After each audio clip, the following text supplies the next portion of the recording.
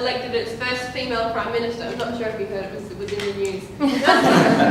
What has this meant for women in Australia? Yeah, lots to say.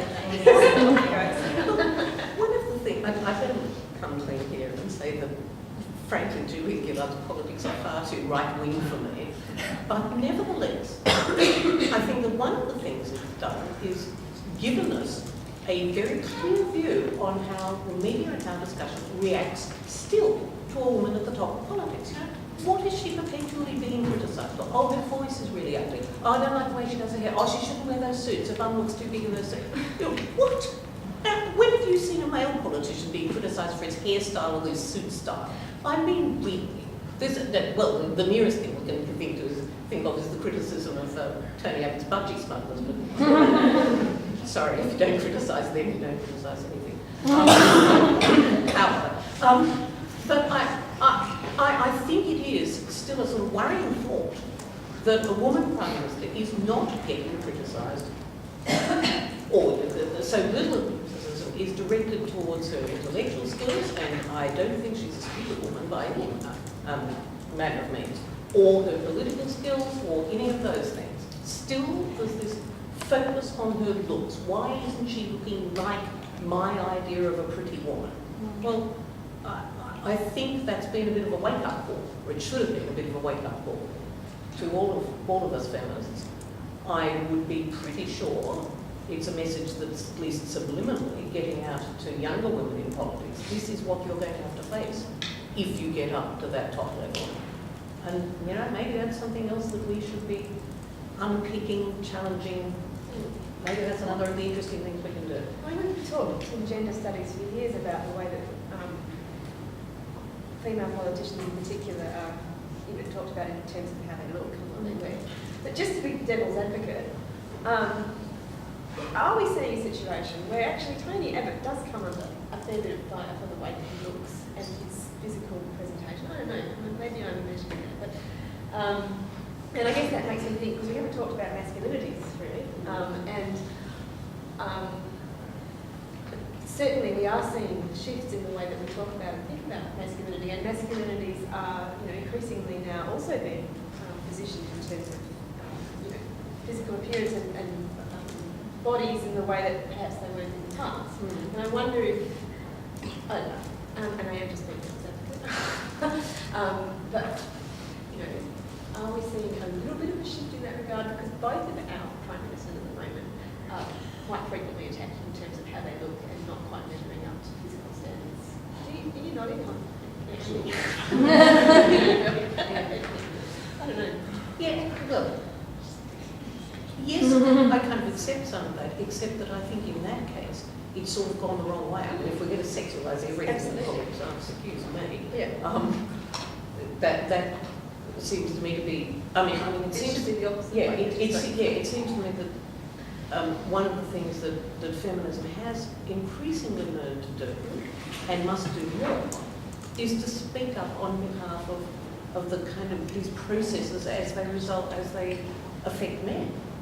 I mean, I do think that there are kind of equivalents of down-putting and boxing processes that go on for men that feminists should be opposing as well. Now, what that does to the category woman, shit, so that's another one. That is a bit hard, I must admit. But yeah, I guess that would be my responsibility. But in terms of what Julia Gillard's meant for women in Australia, I think she's just meant much of the same old, to be honest. Like, I mean, she's a working class woman. She's failed to deliver better childcare services. So when she was Education Minister, the ABC Childcare Centre collapsed under her, and her government's failed to deliver publicly funded and affordable childcare, and the cost of childcare keeps increasing, making it harder for working class women to continue to balance children and work. For Indigenous women, she's continued the Northern Territory intervention, which continues to blame them for their own impoverishment. And for a woman seeking asylum in Australia, she's not only continued but sought to extend a policy that locks them up in maximum security prisons without charge or trial. So unfortunately for Australian women, I think that Gillard's actually been a disappointment. And I think what her, as well as what we talked about in terms of presentation, but in terms of what she's meant for women in Australia, what her role as Prime Minister's really shown me is the flaws in liberal feminism, a feminism that sort of aims to make women equal to men within the same capitalist system. Because I think it just shows that it will continue to serve the same interests of the ruling class, and it's completely compatible to have women in the same structures and systems, and still for the majority of women to remain oppressed. A lot like men, Yeah, absolutely. And so, the other thing you would say is how weak-kneed she's been on housing marriage again. You know, why is that? Because I read that she wants to look like a kind of nice right-wing conservative male working class voter, so that they'll vote for her. That's what you want. Or did you want to talk more about masculinities and patriarchy? Because we haven't touched on it yet. The only thing, this is something I was talking about in class yesterday actually, is that a lot of the time when you hear people talking about masculinity in men, it's a kind of nostalgic formation that, masculinity is frequently imaged as something that's lost or that needs to be reclaimed or rescued or saved, protected. So the discourses around men and masculinity just generally tend to be, have a kind of nostalgic orientation towards the past. Whereas if you think about feminism, that's a very future-orientated kind of utopian discourse. That's very much about how we can do things in the future and alternatives and new ways of doing things and so on. So I guess I think that there's a challenge there in how we think, if we're thinking about gender, both feminities and masculinities, about how we reconcile that those different orientations in productive ways. I don't know, so that's a sort of general abstract thought, but that's a very interesting question. What would optimistic masculinity look like? What would the sort of the new exciting visions of masculinity be? And I wouldn't want to claim to be able to speak for that, but we want to hear the domain of men speak for that.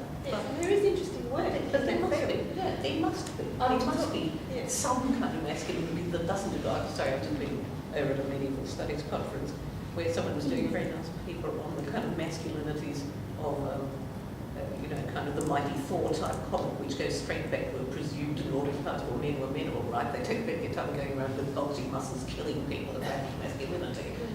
Great things. I can't believe that's a kind of optimistic masculinity for the future. But I mean, in some sense, to have that optimistic, more future-oriented masculinity in some ways demands some kind of engagement or conversation with feminist ideas and feminist thinking. That's how to facilitate that. Is another challenge for contemporary feminism, I guess. How to make that a productive and useful conversation. Yeah. Okay, we're going to watch this now. This is a brief clip on the Pussy Riot saga that is currently going on. Do people, can I have a quick show of hands as to who here has any idea what the Pussy Riot issue is about? So we all know that they're a punk feminist band who were arrested for doing a punk prayer in a Russian Orthodox church, and they're going to be sentenced today. So I thought it was a bit fortuitous or unfortunate, I guess, for them, that we show a bit of a clip and just give the panellists an opportunity to just do a brief comment on their plight, and then we'll go into a bit of a Q&A. I realise we're going a bit over time. We've actually got this lecture theatre booked for the afternoon, so if you need to leave, feel free, but if you can stay, that's fantastic. Okay.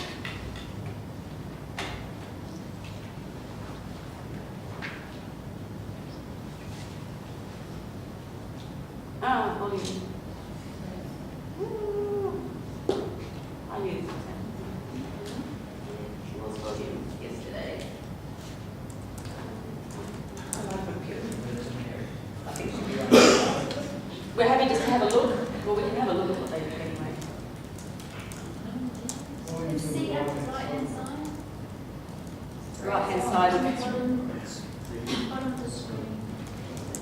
Oh, the mouse. You mentioned with the mouse again to get the. Up. Yeah, no, the volume's all the way up.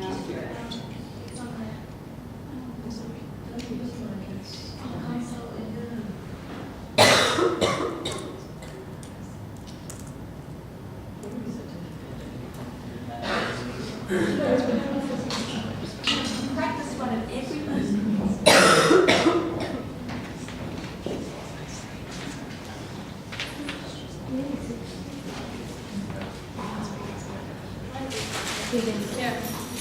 Yeah, that's good. While we work out what's happening with the volume, maybe we can go to questions from the audience, if people have any. Hi, my name's Nooni, and I'm actually the National News Officer for NUS, so this is about the 7th forum I've been to for Blue Stockings. And one of the questions that they all asked that hasn't been asked yet, which I think is a good question, is what barriers exist to academia in higher education, for women in academia within higher education sectors. We sort of talked about it a little bit, but what are the barriers, and is the creation of teaching positions, as is happening at a lot of universities around the country, going to set women back with regards to career advancement, as in teaching only positions where research isn't a priority? Can I take that?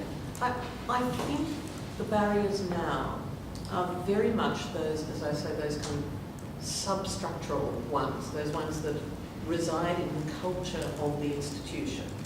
I don't like teaching only positions for other reasons. It's because I think research and teaching kind of go together like that and should never be separated. But if they're to be created, they're not necessarily a barrier for women, unless there's that underlying assumption of, well, really women will prefer to do the teaching rather than the kind of shit on research. I think the barriers lie in the kinds of impressions that are given to young women entering the profession, in the lack of good, strong role models. I was talking to Sato Jim at our university, who had been at the open day talking about our BPhil program, which is that program that's kind of a research-enhanced undergraduate degree for students who've got far better marks in their year 12 than I ever did, that kind of stuff. She said that she had a lot of inquiries, and when she thought back on it, a lot of the inquiries from the young women, the women were saying things like, oh, it sounds really great, but I don't suppose I'd ever get into it. The marks would be too high, I couldn't possibly be in that range. Well, what's happened to those women? Why have they been encouraged to think that they cannot be that good? Already there's a gender imbalance in the intake we've had in that group this year, and I think it may be because of that kind of confidence issue, but that's a generated confidence. It's not the women's fault. They have something that made them feel that.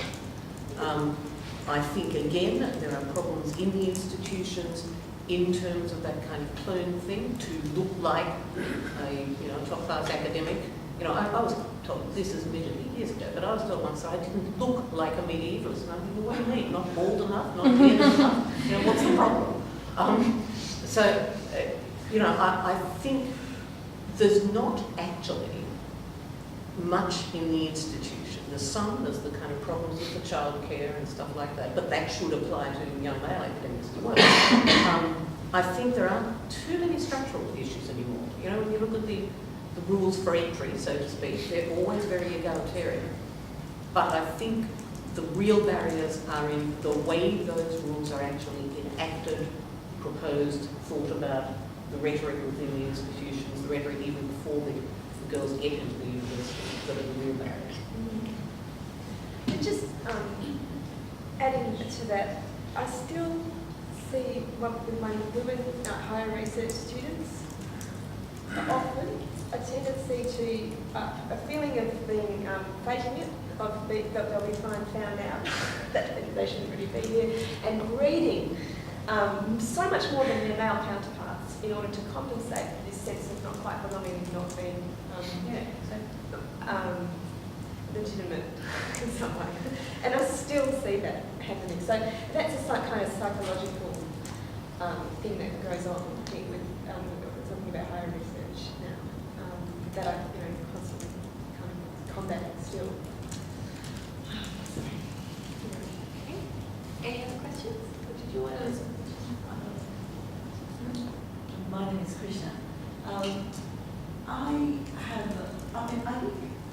institutional problems, challenges for feminism that you've been talking about are all correct. But there is a much more deeply problematic level which confronted second wave feminism, and I think has not been resolved in any shape or form. First of all, second wave feminism allowed us spaces where some of us could become femocrats. I have to confess to being one of them. And that meant you had entered those positions in a deep compromise with an institutional culture that had not been changed. And once institutionalized, those of us who have done cultural theory know that discourses in fact speak through you. So we have had no option in many ways but to fit into those discourses. So the isolated protests that I make at a meeting are of absolutely no consequence. Yep. Absolutely no consequence because structure Yeah. is a particular issue. So that's the deeper engagement of theory that feminism has not been able to make in its past the second wave. Part of the reason it has not been able to make is because of the way in which we absolutely kind of fetishized difference and completely lost the category called woman. And the category called woman was very problematic because as soon as you take on the idea of black feminists, you get into a completely different range of questions. I think this is what I heard Trish say this in one of her seminars years ago, that there is data which suggests that when you compensate for gender as a criteria to give people a job, what you do is actually you give less black men jobs. You give white women the jobs because you've compensated for the gender criteria. So we got into this curious engagement with all kinds of other inequities. So my radical proposal is this. I don't think feminism is very valuable. I do think at the moment, because of the complex range of differences that we have to deal with, what is valuable is a concern about neoliberalism and the inequalities that it is absolutely entrenching through individualizing society. We have no space for communal action.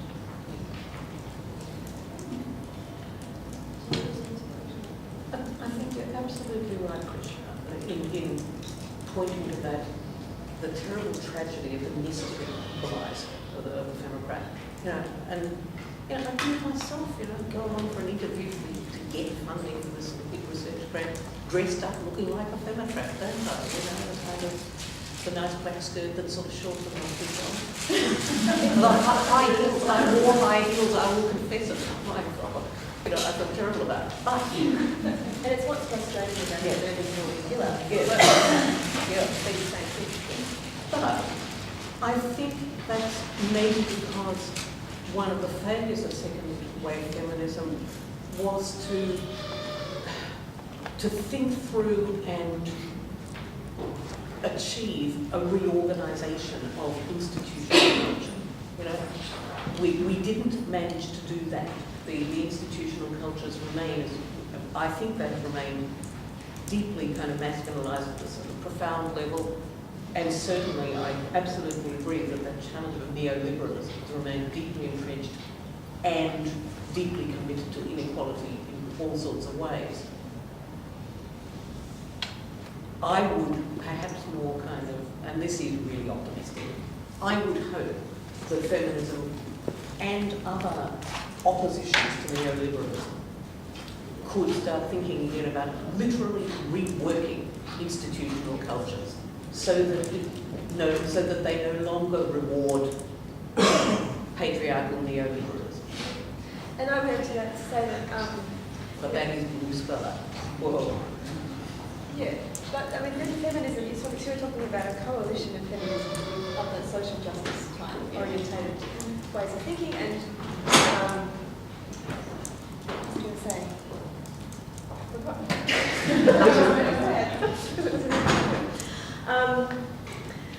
I know what it was, that in the history of feminist scholarship, around issues that, for example, around care, which is offers a different way of thinking about the the ways that we engage with others.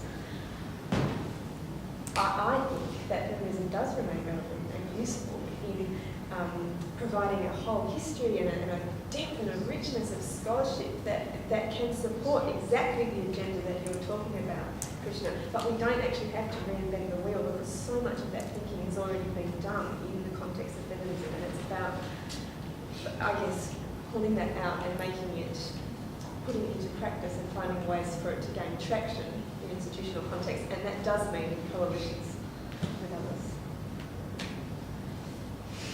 Yeah. I've been to the 3 Blue Stocking events this week, and I think this is probably the biggest male turnout at the events, which is not very many men here.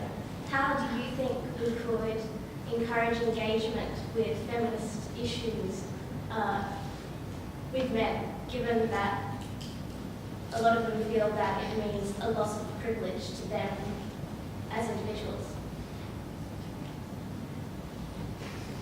So we just said, I actually support that. I should please speak on behalf of Yes, it. Yeah. would anybody like to respond? Some of the men. Well, that's good.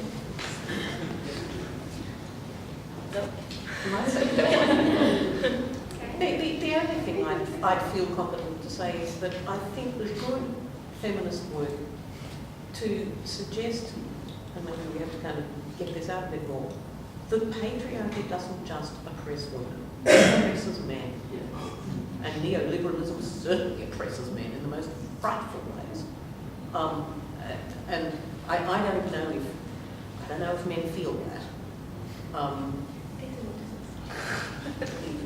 I mean, I guess the question is, how do you get people who don't already identify, how do you get men who don't identify as feminist to come to this sort of thing, to realize that this matters for them in whatever ways they constitute themselves? I mean, in terms of my own experience, I mean, I went on parental leave and had to fight the university. Is an ugly, ugly battle to get to go on parental leave. Because the Democrat, perhaps you could call her, actually really didn't think that a man should be able to do this. And so, I mean, this was an ugly battle to engage in. Yeah, and at a broader level, that there's a massive disconnect between family policy and industrial relations policy in our country, and I reckon that's one of the biggest issues. And that you're at the pointy edge of that when you're trying to negotiate parental leave, and I suspect that for lots of men, you know, it's the parenting stuff that does bring it home. Yes. Yeah. And that's where we should be talking about a politics of fatherhood as well as Absolutely. politics of motherhood. And politics of care, because that's what it's about. It's about, you know. Does that come up the care feminism? I reckon, yeah, that's what it's about, yeah.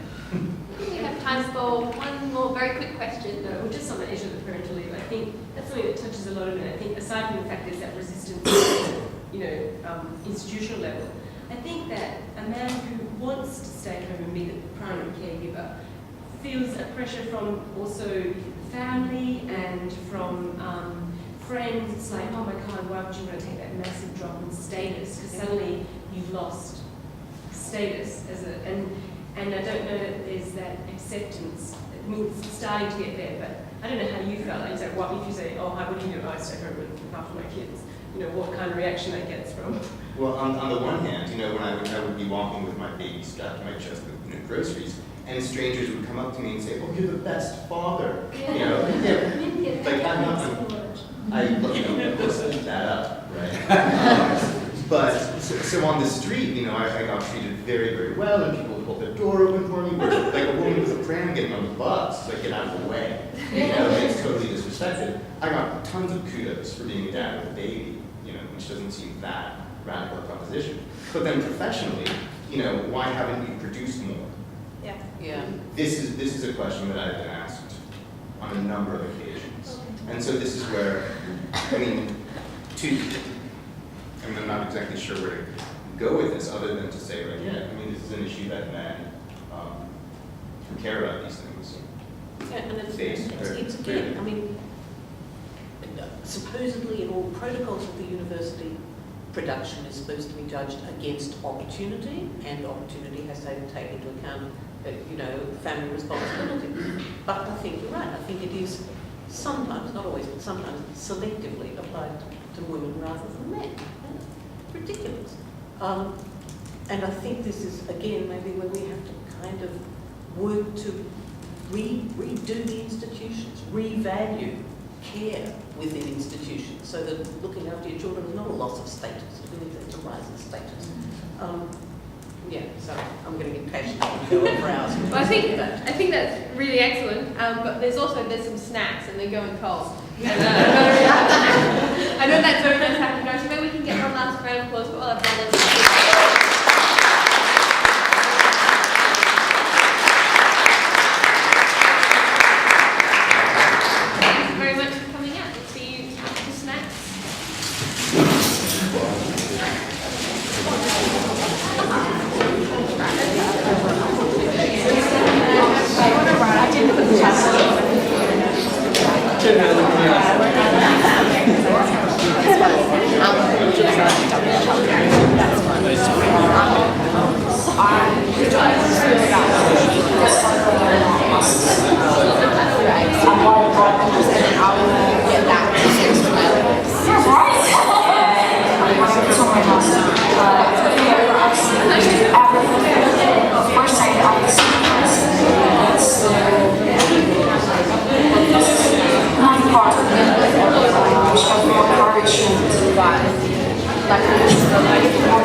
Which has a strong feeling that